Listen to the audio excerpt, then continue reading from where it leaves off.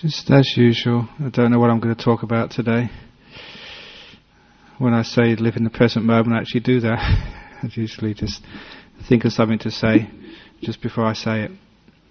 But something which came up this evening and during the week, which maybe will give a nice subject for this evening's talk, is like compassion. Because we're going to be teaching a meditation retreat on Thursday. And somebody was thinking it's going to be so strict. We have to get up really early in the morning. Usually on the retreats we get up 4 o'clock in the morning. But I always tell people on my meditation retreats, getting up at 4 o'clock in the morning is always voluntary. You can always get up much earlier if you want to. That's compassion. But what we're really meaning there is that in all forms of Buddhism, and actually in all forms of religion, really in all forms of life, just one should always practice compassion and kindness. And you always find, I've always found in my life, through compassion you always get far more success in your life than if you have force and domineering and control. So today I'm going to talk about compassion and actually how it works and what it actually is, where it should go.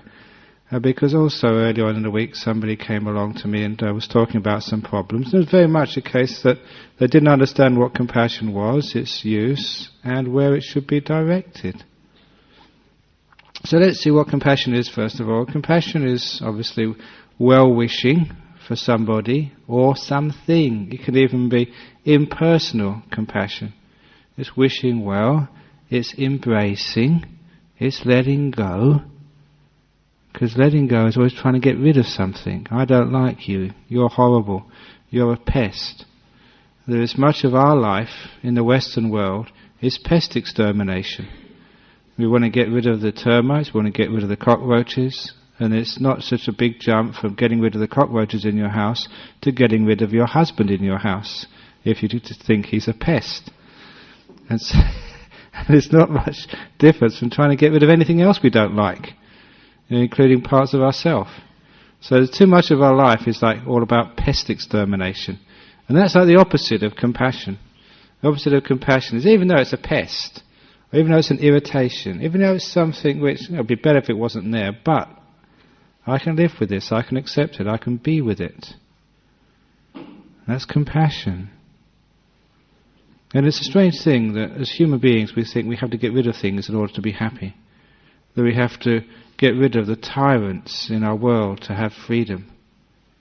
But you'll find an old saying, I don't know if I said this last time, but I said this in Singapore at least, there's an old saying from William Blake's poem, that vengeance to the tyrant fled, and caught the tyrant in his bed, and slew the wicked tyrant's head, and became a tyrant in his stead. That was a 16th century English poet, William Blake. Isn't that sort of amazing? Just sometimes when we exterminate pests, then we become the pest. Have you ever seen that? So this is actually where compassion is really the ultimate pest exterminator, because it exterminates the pest of extermination, of trying to get rid of things.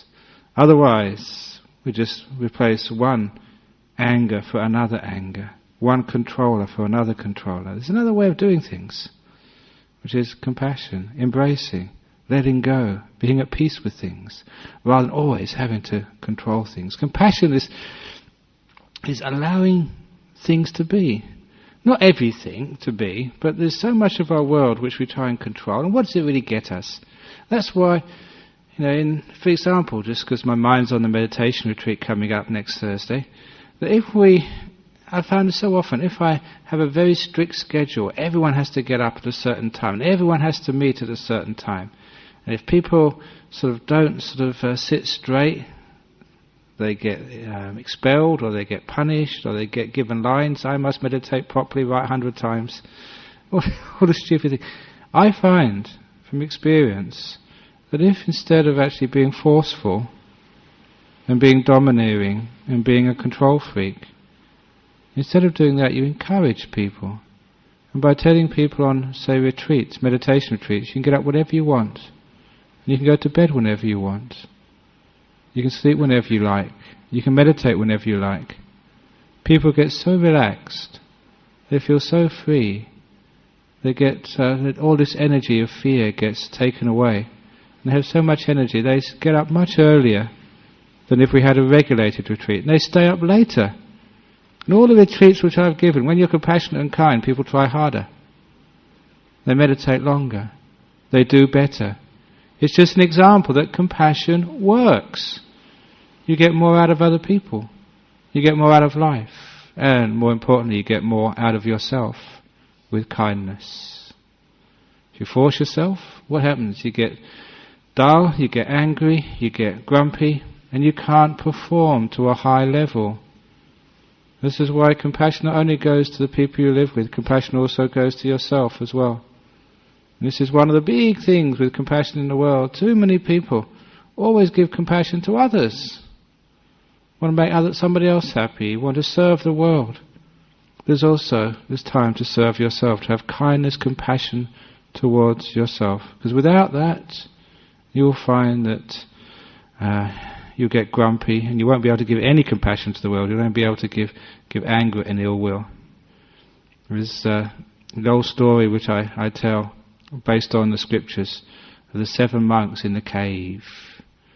Many of you have heard that before. Those of you who have heard it, you have to be quiet, because there's a test which I'm going to ask you afterwards, so listen carefully. All you people coming here for the first time. 7 monks meditating in the cave. Listen to who they were. There was the head monk himself. There was his best friend, number 2. The 3rd monk was his brother. The 4th monk was his enemy. Even though they were monks together, even sometimes monks don't get on together. Personality clashes, that's all it is. So the 4th monk was the enemy. The 5th monk was the old monk. He was so old and advanced in years, he could die at any time. He could die even that night, he was so old. Just like some of you here. I don't know. The next monk was a very sick monk. He was so sickly that no one knew who would die first, the old monk or the sick monk. And the last of the 7 monks was the useless monk. He was hopeless. He couldn't give a talk for his life. He couldn't do any chanting. He couldn't keep his robe on properly. He was that useless. But he was there anyway. Out of compassion, the monks allowed him to be there. Now, one day, some bandits found that cave in the jungle. They wanted to use it as their hideout, but they wanted to kill all the monks, because they were afraid if one monk escaped, he would tell the authorities where the cave was, and it would be no use as a hideout for bandits. So, they wanted to kill all the monks. But it's a strange thing with head monks, they're always good talkers. And this one was especially good. He managed, don't ask me how, to convince the bandits to let all of the monks go except one. They wanted to kill one as a warning to all the other monks not to tell. And that was the best the head monk could do. So, imagine you were that head monk. You had to decide who would die to save the rest. And who was in that cave? Because I'm going to ask you, who do you think he chose? And if you know the answer, shut up. Don't spoil it, because I enjoy this. So remember who was in the cave? There was the head monk, the 2nd monk was the brother, the 3rd monk the best friend, the 4th monk the enemy, he didn't like him anyway. The 5th monk was the old monk, he would die any time, so what did it care? Same with the sick monk, he could die any time. And lastly was the useless monk, who was hopeless for anything anyway. So who was chosen to die? Any ideas for those who haven't heard the story before? Have you all heard? Himself, thank you, because you're wrong. I'm glad somebody said that. Out of compassion for me. That's the wrong answer. It wasn't himself. But all of those who you are thinking that answer, it's interesting. Why were you thinking that answer? Why is it we always want to sacrifice ourselves? Because that was the wrong answer. I know when I ask this question in public, some people, the next most popular answer is the useless monk. Just because so many people haven't got any compassion for useless people. And that was the wrong answer as well, because the answer was, and this is an important part of the idea of compassion, the answer was there was no way he could choose. Because his compassion, his love and kindness towards his brother was exactly the same, no more, no less, than his compassion towards his best friend, which was exactly the same, no more, than the compassion towards his enemy. The same to the old monk, the sick monk, even the useless monk. His compassion was even towards all beings, including himself. He was unable to choose between himself and all others. That's why we call real compassion unconditional loving kindness, without distinction between oneself and others. And that was the answer to the riddle. He couldn't choose, because his love was even. And I mention that again and again in my talks, because for most of us our love isn't even. A lot of us actually would sacrifice ourselves for others. We haven't got our compassion balanced. And I also mentioned, even in Christianity, the golden rule, to love your neighbour as yourself, means to love yourself as your neighbour. No more, no less. As means equal. And that makes compassion a very, very deep and profound teaching and practice. Because you will find it easy, relatively easy, to have compassion towards others. But why is it we have so much of a hard time having compassion towards ourselves? Because we don't understand what compassion really is. We don't realize that we count as well. And unless our compassion is even in the world, it never really bears great results. Why is it we can't be compassionate towards others? One of the reasons is because we haven't got enough compassion and kindness towards ourselves, that's all. When we haven't got enough kindness and compassion towards ourselves, how can you meditate? A lot of the time you beat yourself over the head when you're meditating. I can't meditate today, this is really awful, I'm terrible. How about a little bit of forgiveness and kindness? It's just so wonderful you're trying. It's so marvellous you come here. Just to be able to sit is a wonderful thing to do. Who cares what you do? Even when people fall asleep during meditation, I think, poor thing, they must be tired. Isn't that compassion? Because otherwise you feel so tense. You're not allowed to sleep in here. You're not allowed to snore. You're not allowed to put your feet at the Buddha. You're not allowed to make noises. You're not allowed to do this. Isn't that like the world outside? You're not allowed to do this. You're not allowed to do that. You're not allowed to do anything. That's why that sometimes that people come to our monastery in Serpentine and they have to sit on the floor. And we say, there's chairs in the back. They sit on a chair. They said, no, because they're proud. They're not compassionate to themselves. They'd rather sit on the floor and almost cripple themselves and go in great pain rather than sit on these chairs. That's what the chairs are there for. They're called compassion chairs. Compassion for your body. So look after them. But it's interesting. Why is it that we don't like to do this? Sometimes that we get taught and conditioned that we've got to be tough on ourselves. If we're not tough on ourselves, everything gets wrong. How long have you been tough on yourself in this life so far? If you're tough on yourself, you end up being tough on others. And is there any way to live a life? All that happens is you get very lonely. People don't like to live with you.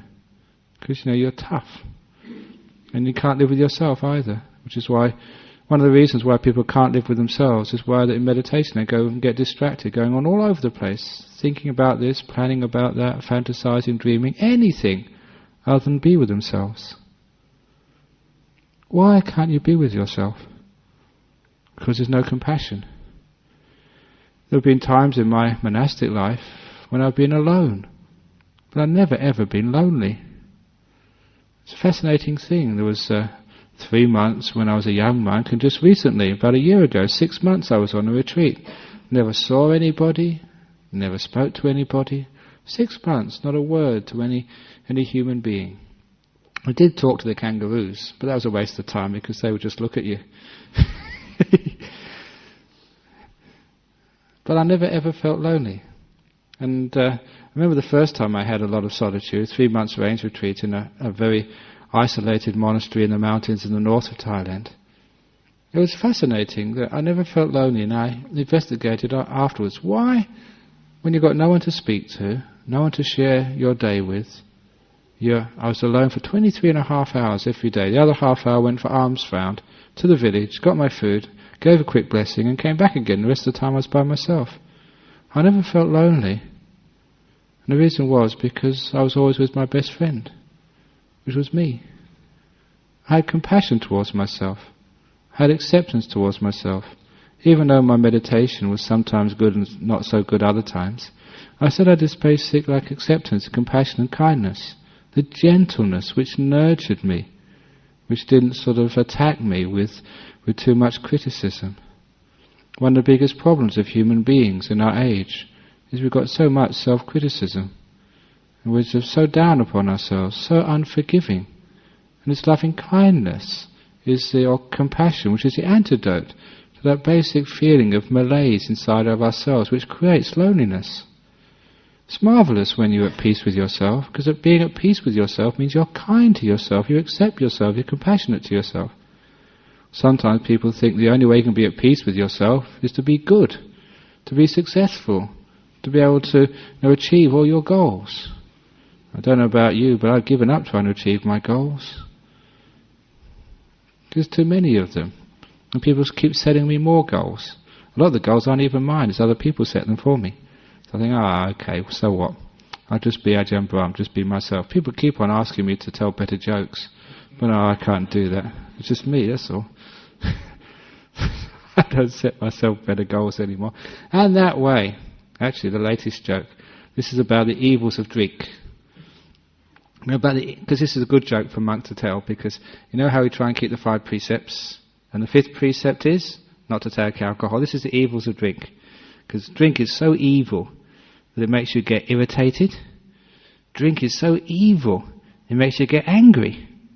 Drink is so evil, it makes you get upset at your wife. Drink is so evil, it sometimes makes you want to shoot your wife. Drink is so evil, it makes you miss. That's an Australian joke. And you can change that to your husband if you wish. This is not gender specific. But this is that anger also comes from the lack of compassion and kindness. How much anger have we got in our lives? And it's not just towards people, it's towards life itself. I know some years ago I had this phrase in Australia, to love life. And often actually contemplated loving life, having compassion. Are you compassionate to life? Do you love life? Put your hands up if you love life. Only 1 or 2. In other words, you're all depressed. But do you really love life? Or is it you only love the nice part of life? Do you love old age, sickness and death? That's life, isn't it? It's part of life. So how many of you really love life? Or do you really like the nice part? And the rotten part you'd rather get rid of, with being like a pest exterminator again? But, do you think it's possible to love life, the whole of it, together with old age and even sickness and even death? To be able to love arguments with your family members? To be able to love disappointments in life? To be able to love things when they all go wrong? You can do it. This is the whole purpose of Buddhism. Of compassion, not just towards yourself and to other people, but compassion towards life. Because look at it, when you get sick, can you really get rid of sickness? Only temporary. All doctors are eventual failures. They are, aren't they? Because people die, no matter what the doctors do. One person once described life. Life is a sexually transmitted terminal disease. Think about it, it's so true, isn't it? A sexually transmitted terminal disease. This is monks. Monks have this really weird sense of humour. But we can actually be compassionate, which doesn't mean we like it. When we're compassionate towards things, there's a sense of acceptance and embracing, of kindness towards it. rather than this anger and rejection of things, we can actually embrace even things we don't like. Strange thing when you start having compassion towards illness. And you don't get ill then. Well, it doesn't last so long. You know, we can actually know the anatomy of illness. As soon as you start to get sick, you get afraid, you get upset, because sickness is just really humiliating for a start. It's humiliating because we think we're in control of our body. I remember some years ago, I spent a little while being very sick for about 3 months. I went to a hospital for 7 days. Couldn't find anything, it just went by itself eventually. But I remember going to see the doctor in Byford, which is close to our monastery. And I go and I was waiting in the waiting room, just feeling really awful. And then a prison officer came in. I used to go and teach in meditation in the local prison. And this prison officer from this prison came in. He took one look at me and said, "Brahm, I didn't expect you to be in here." And I felt so guilty being sick as a monk. Here am I teaching other people to be healthy, and here I was sick. It was so embarrassing. I felt like a big hypocrite. Because people never expected monks, meditating all day, living a nice lifestyle, no stress and all that. They didn't expect monks to be sick, but there I was. So it made me feel even worse. And I realised that feeling guilty or being humiliated about being sick makes you feel even worse. And why are you humiliated? What's wrong with being sick? You know what I always say when this is my little trick to see how many people really understand Buddhism. When I say, how many people in this room have never been sick? Put your hands up if you've never been sick. Here you go again. Everyone in this room has been sick. So there's nothing wrong with being sick, is there? It's natural to be sick. It's usual to be sick in life. So why is it that so many people, even Buddhists, they go to their doctor when they're sick, and what do they say? There's something wrong with me, doctor, I'm sick. That's not Buddhist. That's not wise.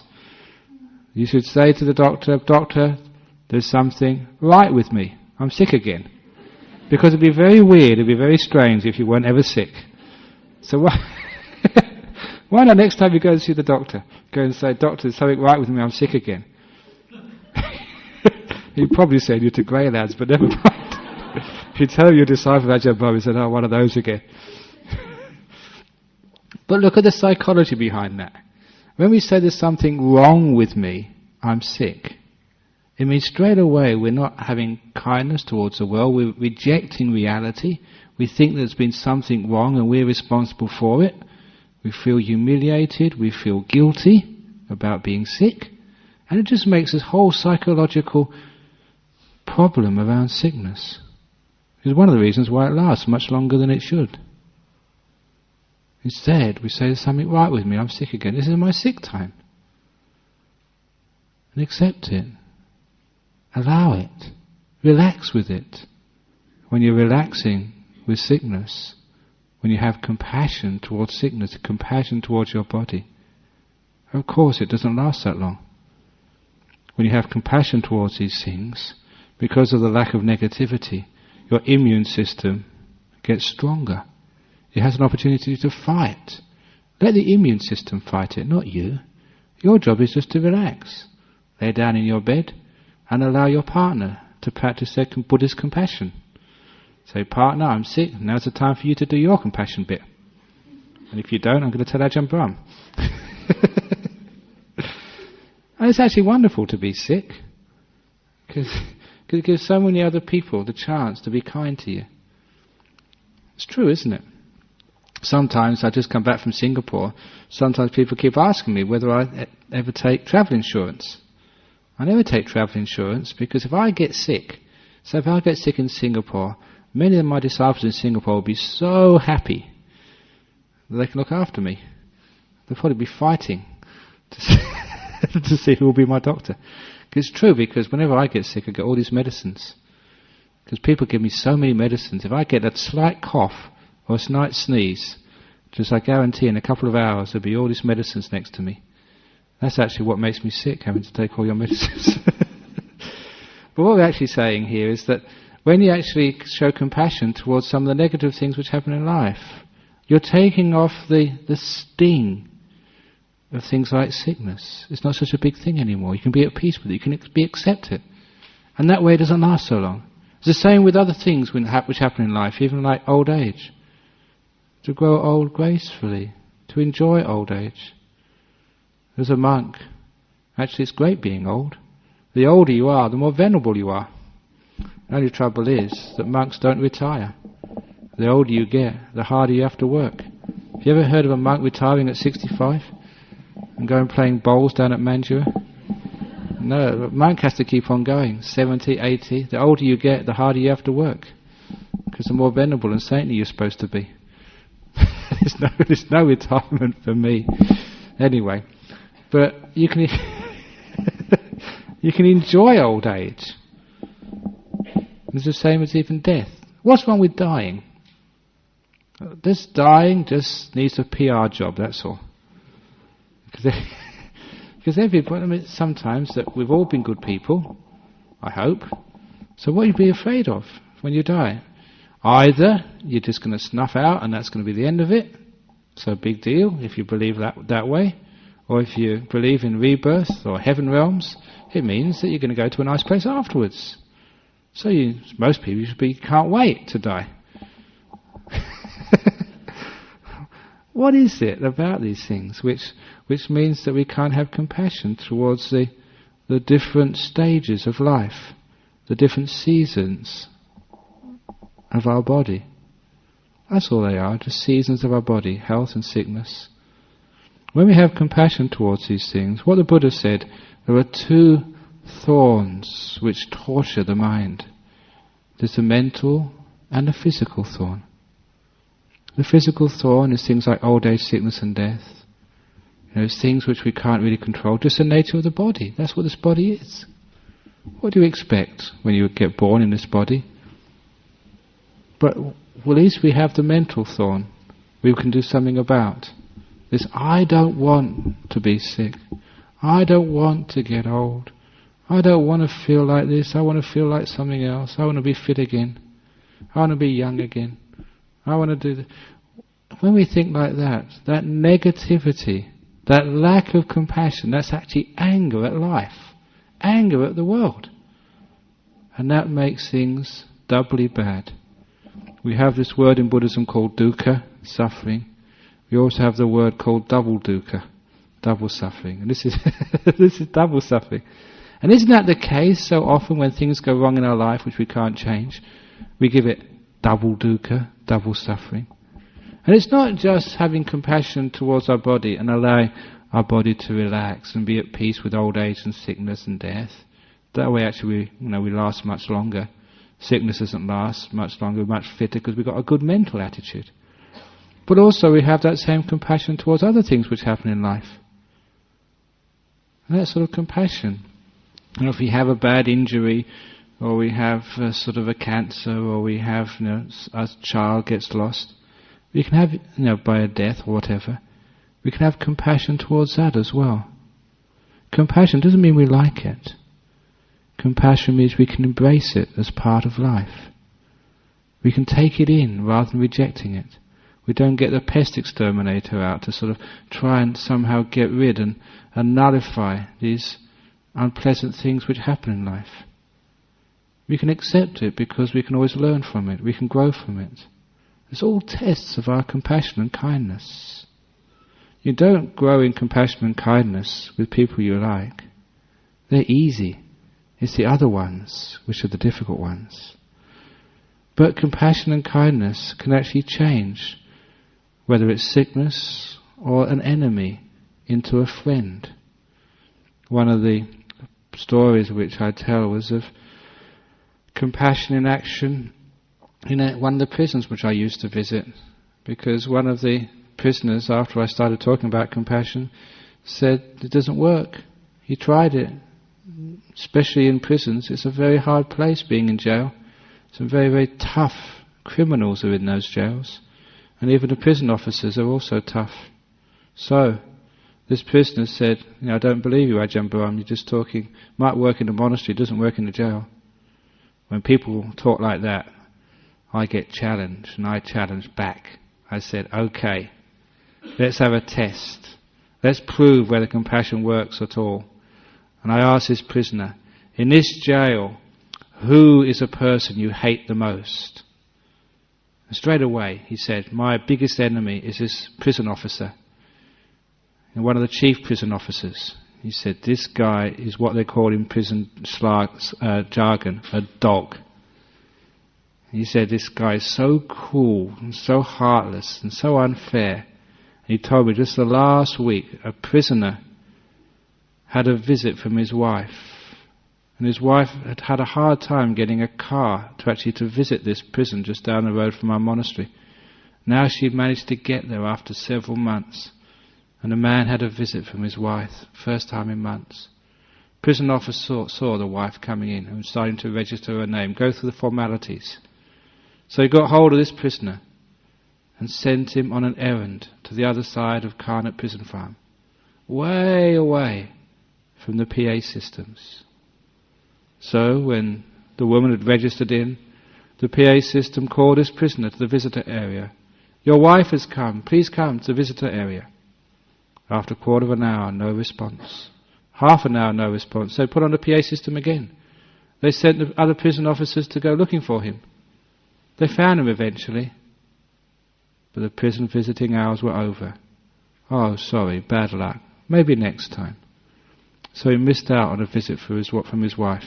And the prison officer just did this out of spite, just to give the prisoner a harder time. He was in prison slang a dog. And every prisoner hated this guy. So I said, great. Now is a chance to see if compassion works. And I asked all the guys in my meditation group, does anyone have any contact with this prison officer? And one of the prisoners had his job of serving tea and coffee to this prison officer and all the other people in the administration block. I said, great. You've got the chance to prove if compassion really works or not. Every time you make a cup of tea for this guy, make it the most delicious cup of tea you possibly can. Put lots and lots of love in it and kindness when you serve it to this dog. Give him a nice smile, say kind words to him, see if it works. And to this prisoner's credit, I still remember his name, it was Nick. To this prisoner's credit, he did this. Every week I would go there and say, how's it going? He said, absolutely awful. I really try hard, and this prison officer doesn't even acknowledge I exist. I put a cup of tea in front of him or a cup of coffee, and I say nice kind words to him, and he doesn't even move. He doesn't even just wink an eyelid. He doesn't acknowledge I'm there. I said, keep on going. And he kept on going. It was 3 months he kept on going, trying to be kind to this prison officer until we got our breakthrough. This is what happened. He told me that one day he found some cream from the coffee. And he made this delicious cup of coffee for the prison officer. He found out the type of coffee he liked. And he gave it to this prison officer one morning and said, here you are, sir, I made a beautiful cup of coffee for you with some cream. I hope you like it. And the prison officer said, He grunted. He acknowledged. He actually said something. And that grunt made the prisoner so excited. And that was a breakthrough. That was a crack in the wall, a grunt. And it was only a couple of weeks. When you get the first crack in the wall, only a couple of weeks when the second breakthrough came, where I won my challenge.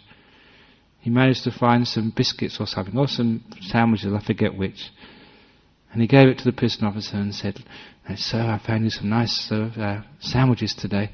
I hope you enjoy them. Here's a nice cup of coffee, just as you like. And the prison officer, this dog, turned round, looked at the prisoner and said, thank you. And the prisoner and all the other prisoners told me that I won. They said that thank you went through the whole prison system in Western Australia on their grapevine. That dog could actually say thank you, to even speak to a prisoner, let alone say thank you, was unprecedented, unheard of. And it just actually showed the power of compassion and kindness. It actually changes an enemy into a friend. Now, I'm not talking about human enemies always. I'm also talking about compassion towards life. It changes life when it's an enemy into being a friend. Is life an enemy for you at the moment? Is life going difficult, not the way you want it to go? You've got diseases, getting kicked out of your job, made redundant, economy's going down, you're losing all your shares, your monks are all running away overseas, goodness knows what else happened. Is life going terribly for you? How can you change that? Are you going to try and change life? Are you going to try and change your wife, or change your husband, or change your kids, or change your parents? Or change the economy, or change the world, or change Mr. Bush, or change Mr... If you want a regime change, how about changing the regime inside of you right now? And be able to say to life, to be compassionate towards life. Instead of hating life, be compassionate towards it. Kindness. And with that compassion and kindness towards life, instead of hating it, you'll find that life, this very terrible demon, will come and turn around to you and say, thank you for being kind to me. And life will then be your friend. I don't mean life as you would like it to be. I'm talking about life as it is, being your friend. Life with all its disappointments, with all its tragedies, with all its joys and lovely times, the whole of it. Allowing it to be. Compassion, kindness. And when we have that compassion and kindness towards life, it's so easy just to live life with a smile, because we're not trying to get rid of things. We're not trying to be tyrants. We're not trying to tell life to do something it can't do. You know what it's like in your office or in your home when people tell you to do what you just cannot do? You try, but it's just hopeless. You just get more stuffed up. You just get more angry, more tense, more grumpy. You get a worse person. You know what it's like when people tell you what to do and force you to do what you just can't do. If they leave you alone, you'll try your very best, because that's the nature of human beings, to try and live up to kindness. If you give people half a chance, they will do their very best, because people do care. If you can get rid of all this outer stuff which stops people caring. So if we can actually get all that out of the way, leave people alone, they will grow and they will become fine people. But when we try and tell people what to do all the time, it's like when you're told what to do all the time. What's it like? In your relationships, your partner, you're trying your best. But when people actually keep on, this is not good enough, do this, do that, eventually you just give up trying, that's all. So when we're compassionate to each other, we're giving each other freedom. It's the same when you're compassionate towards yourself. You're giving yourself freedom. Have you got that person inside of you always telling yourself what to do? Telling yourself you're not good enough, you should be better, you should be a better man, a better woman, a better monk, a better this and a better that. I've thrown that person out a long time ago. You feel so much more freedom. And you can actually live up to a much higher standard when you haven't got this tyrant of guilt and self-criticism going on all the time. You can only grow in freedom. When you try and force feed a plant, does it really grow well?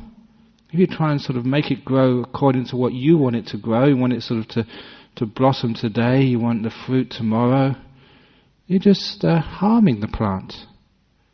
Any gardener knows that a job of a gardener is just to protect the plant, to feed it enough moisture, enough fertilizer, make sure the sun gets at it.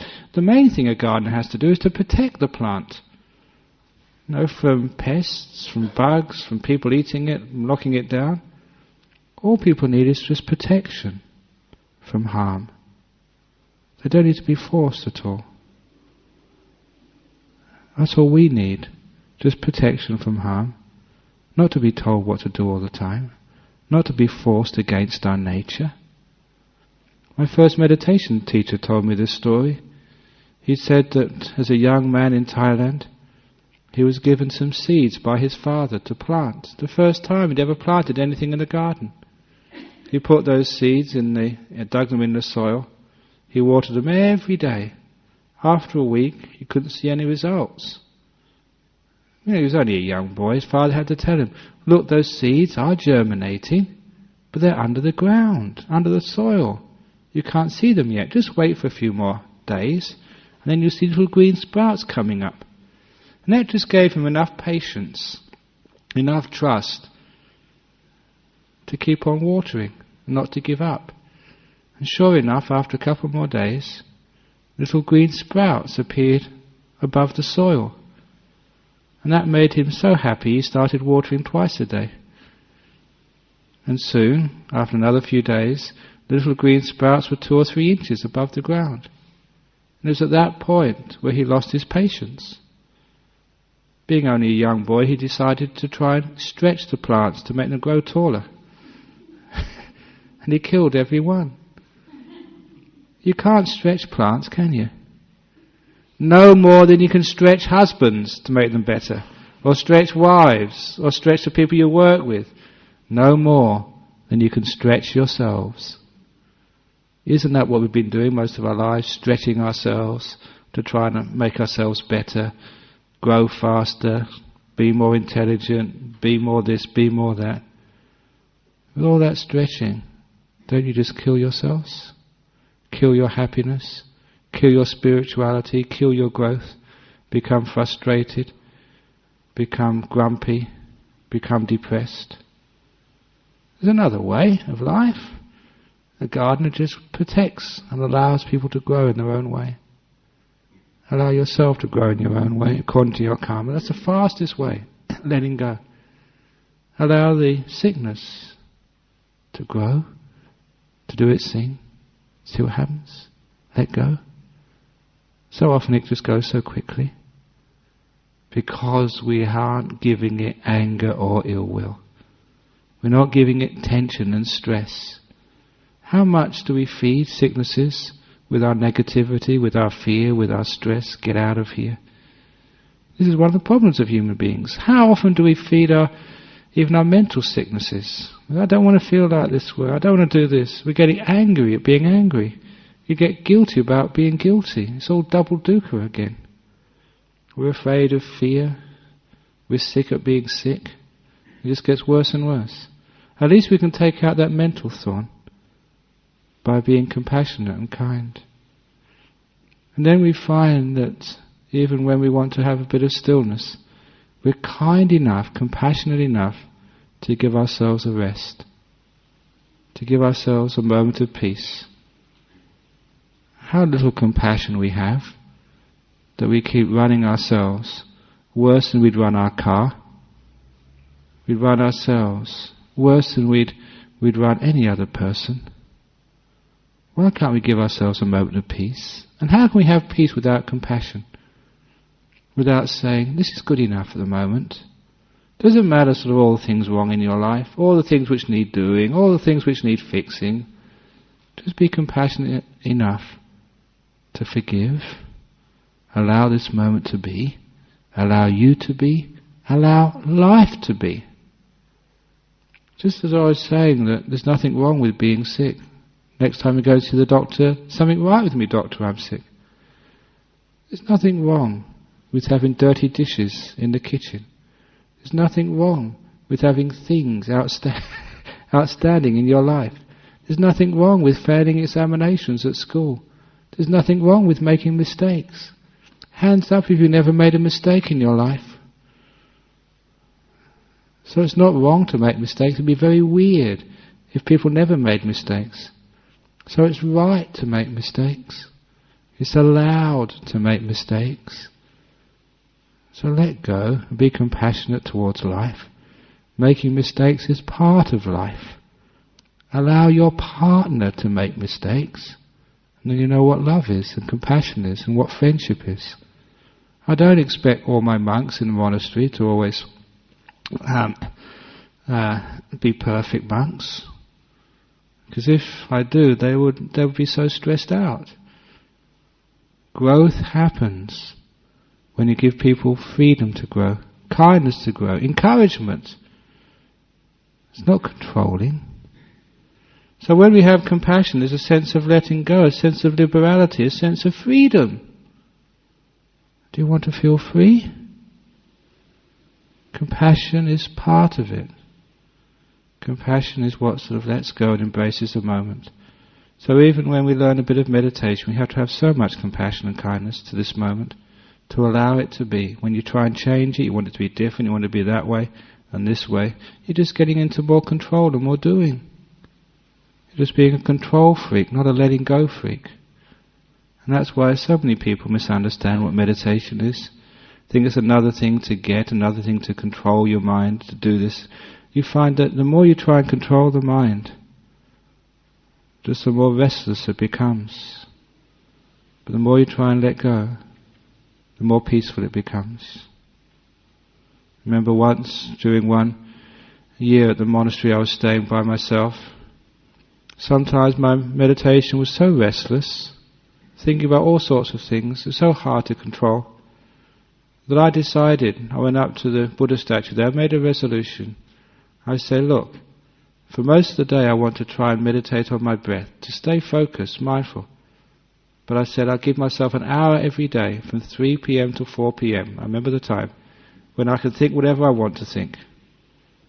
Think about the past, the future, anything, even sexual fantasies, go for it, I said in my mind, but only from 3 to 4, other times you behave yourself.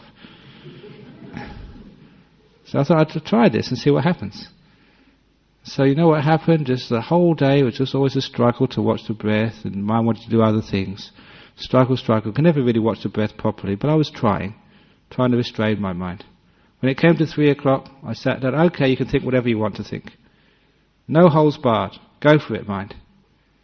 You know what I thought about from 3 till 4 every day? The breath. Easy.